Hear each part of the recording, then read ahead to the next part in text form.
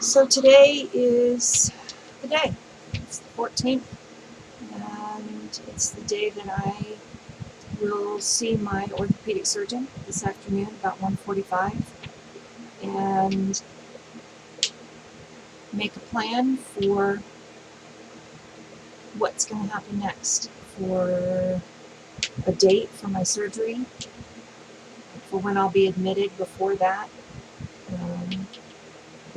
The plan is for me to go into the hospital at least a couple of weeks beforehand for rehab, strengthening, balance training, a number of different things to prepare my body for the surgery, to help my recovery be a little bit more smooth if possible. I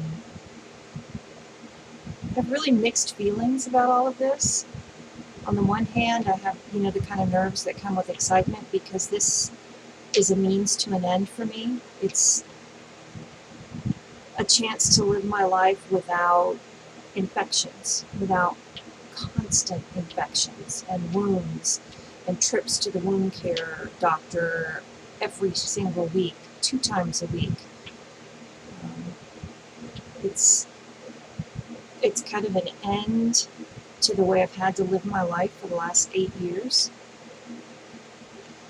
and a possibility of a new way of living, of being able to wake up in the morning and not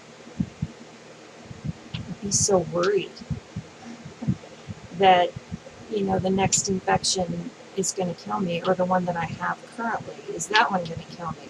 Is it going to be out of control? Will I have to worry about what medications I can take because I have such strange sensitivities to medications, to the antibiotics that some infections require. They make my kidneys shut down. They kill me. It's a chance to not live my life like that anymore, to just live. I mean, having your leg amputated comes with a whole other set of circumstances. Yes, I probably will have complications. I'm just going to accept that that's going to come, and that it's not going to be necessarily a smooth sail. I have diabetes, I have psoriasis, I have a number of different health problems that will affect the way everything plays out. But having my leg amputated is better than sitting in a wheelchair waiting for an infection that may come whether I'm up walking around or not. It's my last option. It's my last choice that I can make. Yeah, maybe there were other choices that could have been made earlier.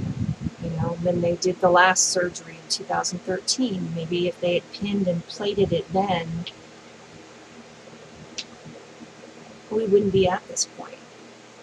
But then again, if you're going to look at it that way, I could have rejected, I could have not healed, and I might have been looking at an amputation then, too. So, you could shoulda, coulda, woulda this all you want. The end result is that my left foot and ankle are just not viable anymore. And ultimately, keeping them is going to kill me, one way or another. I'm scared about the part that comes after the surgery, the healing part, the pain. I've been in a lot of pain before, so I know I can take pain. I just don't want to have to. I know that sounds really wimpy and like whiny, but I hate pain medication. I hate that feeling that comes with pain medication. The out of control feeling that everybody else on the planet seems to like so much, I hate with a passion. So I started meditating and working on focusing to work myself through the pain, so that I don't have to take as much pain medicine. maybe that'll work, maybe it won't. I don't know.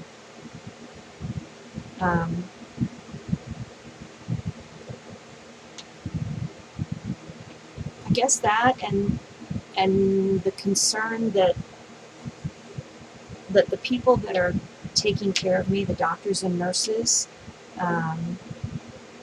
in the rehab unit that I'll have to stay in, are different from my regular doctors and nurses. And it took me years to get these folks on the same page and to get everybody to a place where they understand the intricacies of my wonderfully special snowflake body and the way it works. Yeah, I'm being sarcastic. It just doesn't work the way everybody else's does. I'm allergic to huge numbers of antibiotics. I can't use certain types of dressing. It has to be natural materials, because when the plastics, like from wound vacs and other dressings that they might use, touch my skin, they cause other wounds. And instead of healing, it just gets worse. So I'm kind of afraid about that, kind of. But I have a plan in place for that too, and that is having my primary care provider arrange an appointment with the CLC, the community living or the rehab portion of the hospital at the VA, have a meeting with me so that we can go over all of these things beforehand, before I'm admitted, so that they're already aware of the circumstances of the surgery. They're already aware of my medication needs, of my medication limitations, what to look for if they inadvertently do give me something that we didn't realize was going to cause a reaction. And I guess that's all I can do. I've written my will. I've got a DNR. They don't really call it that anymore, but I've got one of those in place because I don't want advanced life-saving. If I need a machine to continue breathing, it's time. It's time for me to go. Let me make my way to my final destination and then have a kick-ass party afterwards. And don't cry, because I got there first. Things like that I've already gotten in place, just in case, you know. Somebody told me once recently that most of the time the things that we prepare for, that we worry about and we prepare for, are the things that never happen. So I figure I'm just going to prepare for these things and make sure I have a plan in place, and that way I won't have to deal with it, and everything will just be smooth sailing. That's the way it's going to go. So yeah, that appointment is today, and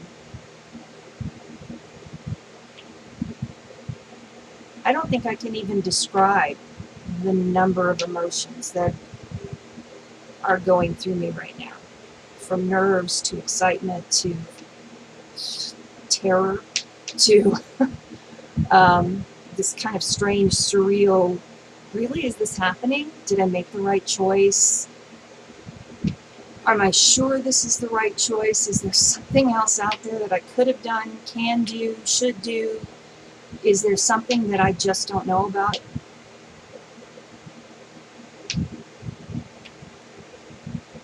But ultimately, it's the right choice for me. No matter how scary it is, no matter how hard it's going to be, no matter... I was trying to figure out last night how I'm going to pump gas, because I'm not going to have that leg to walk on, even in a boot or something like that, which I've done in the past. So I was trying to figure out things like that, like, you know, what if I have to get up and reach for something up in a cabinet, or you know, weird things like that. I know they do physical therapy, and they'll train me for all of that, and they'll make me prepared, and I'll have like crutch kind of things that I can use, and a walker, and I hop really good. But I just was trying to figure those things out. It's like, wait, how am I going to do that? How's that going to work? So it's just little things like that my brain is like chasing its tail with, round and round and round of wait, how? You know, thinking about, wait, what if I have to get up in the middle of the night to go to the bathroom? Or, I don't know, what if I get the stomach flu? God forbid. And you know, when you have the stomach flu, you have to like run for the bathroom. And, well, I won't be doing any running. I mean, I won't be moving fast even. So, how's that going to work? You know, am I going to have to start wearing adult diapers? No, hell no, that's not happening. So, we're going to figure that out. I'm going to be like a badass in the gym trying to get it straight. Stupid things like that are running through my head, you know?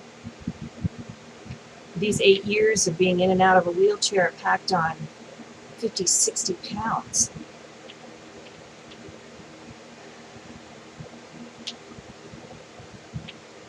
And this is going to be a lot of work. So I'm not even complaining about that part because I know that it will help me take that weight off. And I'll be healthier because of it. So I'm all over the place today. And so's my video, my blog, what do they call this? A video blog? I guess that's what it is. So there you go. That's where I'm at today. Everywhere. All day. I've been up since 7 something. And my brain has been like this all day. Everything I start, 5 seconds into it, I'm doing something else. I can't even watch a TV show right now because I can't focus on it.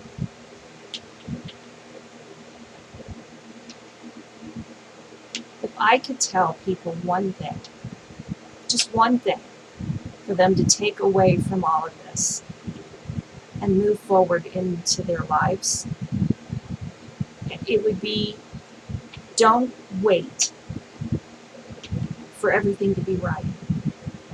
Don't wait to live your life for, oh, I need to have enough money, or I need to live in the right place, or I need to, well, someday that'll happen, but right now I have to do this.